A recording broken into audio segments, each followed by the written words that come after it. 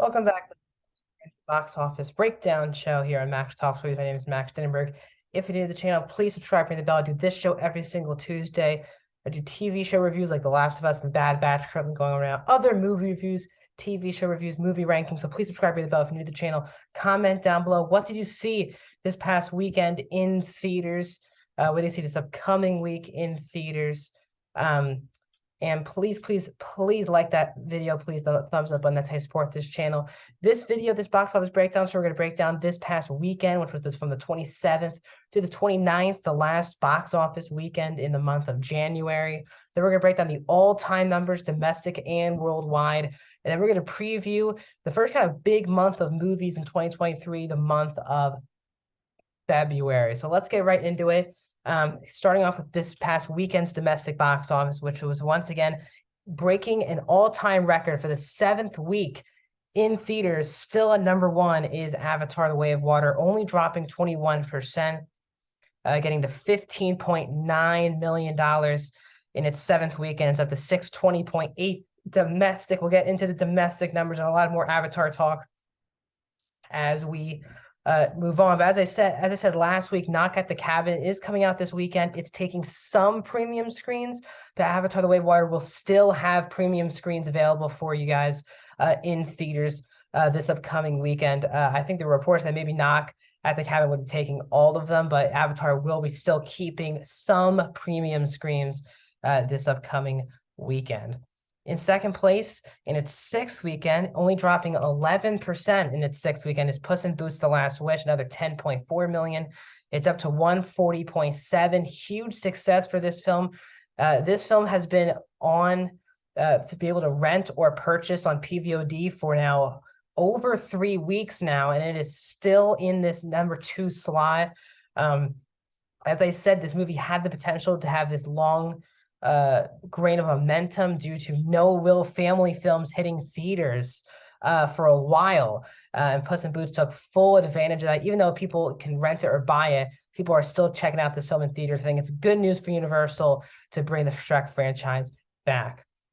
In third place, the biggest stunner of the weekend. This was supposed to be number 5 at the box office, where the predictions on Sunday, but the final numbers, as why I do the show on Tuesday, is that the Indian film Pathan, which was in 695 theaters, is number 3 with a $6.8 million opening weekend here domestically, making $9,000. 9,483 is the total number for Pathan domestic.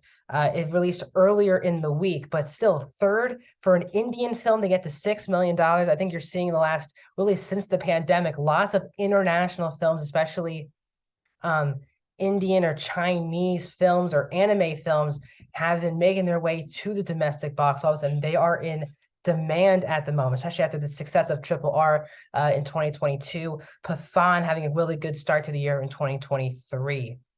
In fourth place, in its 5th week of actual release, is A Man Called Otto. This is A Man Called Otto's third week of wide release. It only dropped 24% and did increase 55 theaters. It's got another $6,651 this past weekend. So domestically, it's up to $45,000, around $46,000. These are solid numbers for Man Called Otto. It continues to actually have some ground here, as clearly Tom Hanks is still very marketable as a lead actor. But this film just hasn't had a lot of momentum, had nothing in award season, which is why it released limitedly before the end of the year. But A Man Called Otto for Sony's hanging in the top 5. Wrapping up the top 5 and just hanging in the number 5 spot in its 4th weekend is Universal's Megan, dropping another 36% up to 6.2 million domestically. Megan now is up to $82.1 million domestically. It is inching closer to $100 million. It does need $18 million more. And so based on this track, we need at least 3 more weekends of 6 million.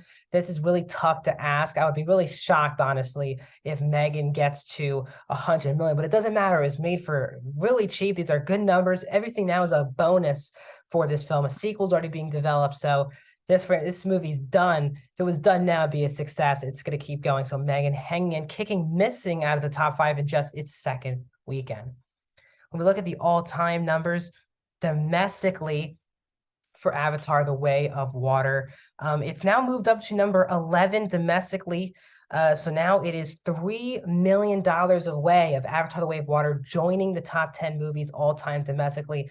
This is something I think a couple of weeks ago we were still kind of doubting about this movie, but it continues to do well domestically. The fact that it's still in IMAX premium screens is allowing this time. So it needs $3 more million to pass the Avengers to get into the top 10 all-time films domestically. The next step, once it passes the Avengers, or actually they're $1 million away of passing the Avengers. So Avatar will be in the top 10 domestic when I talk to you guys next week. Its next hurdle will be it needs $30 million to get to number 9, which was Jurassic World. So Avatar: The Way of Water will be a top 10 movie all time, both worldwide and domestic, as James Cameron continues to run Hollywood. When we look at the worldwide numbers, Avatar: The Way of Water is at number 4, $2.1 billion. It passes Avengers: Infinity Wars, $2.04 billion. And Star Wars: The Force Awakens, $2.06 billion to get to $2.1 billion. Unbelievable numbers for Avatar: The Way of Water. So now James Cameron has 3 of the top 4 highest grossing films of all time. Avatar's at number 1 of $2.89 billion. Avengers Endgame is the only non-James Cameron film in the top 4, $2.7 billion. Titanic's at $2.2 billion. And Avatar: The Way of Water is at $2.1 billion. So Titanic is getting a re-release in, I believe, IMAX and 3D towards Valentine's Day later this month. So the Titanic numbers will actually grow, but Avatar still needs a lot more money to pass Titanic, but it is definitely becoming a real possibility for Avatar: The Way of Water to get into Titanic territory all time. Worldwide, but still, James Cameron, 3 of the top 4 highest grossing films of all time. He does run Hollywood. Everyone wants to keep doubting him, that why is he going to keep making these films? His movies make bank at the box office, and James Cameron clearly is proving that. So because this is the end of the month of January, we're going to preview the month of February, as we usually do when the months end, preview the movies that are hitting theaters this upcoming month. So that starts this upcoming week. On Wednesday, BTS has a concert event that will be playing throughout the weekend, starting on Wednesday, February 1st. Starting this Friday, got 2 new movies. You have Knock at the Cabin from M. Night Shyamalan and Universal, and also 80 for Brady, both come out this upcoming weekend. Then we kind of get a break till February 10th, the following week, with the final film in the Magic Mike trilogy, Magic Mike's Last Dance, that hits theaters February the 10th. Then the biggest movie of so far this year, coming out February 17th with Ant-Man and the Wasp: Quantumania, kicking off phase 5 of the MCU. That debuts February 17th.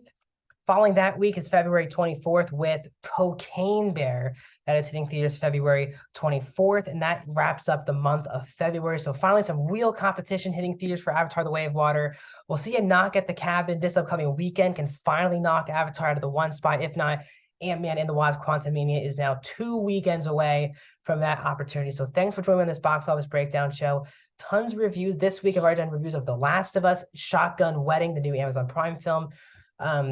Tomorrow I get my review of The Bad Batch, its new episode. Another review for a new Netflix film, and for Knock at the Cabin will be on Friday. So please subscribe, ring the bell. I'll be back this upcoming Tuesday for a new box office breakdown show.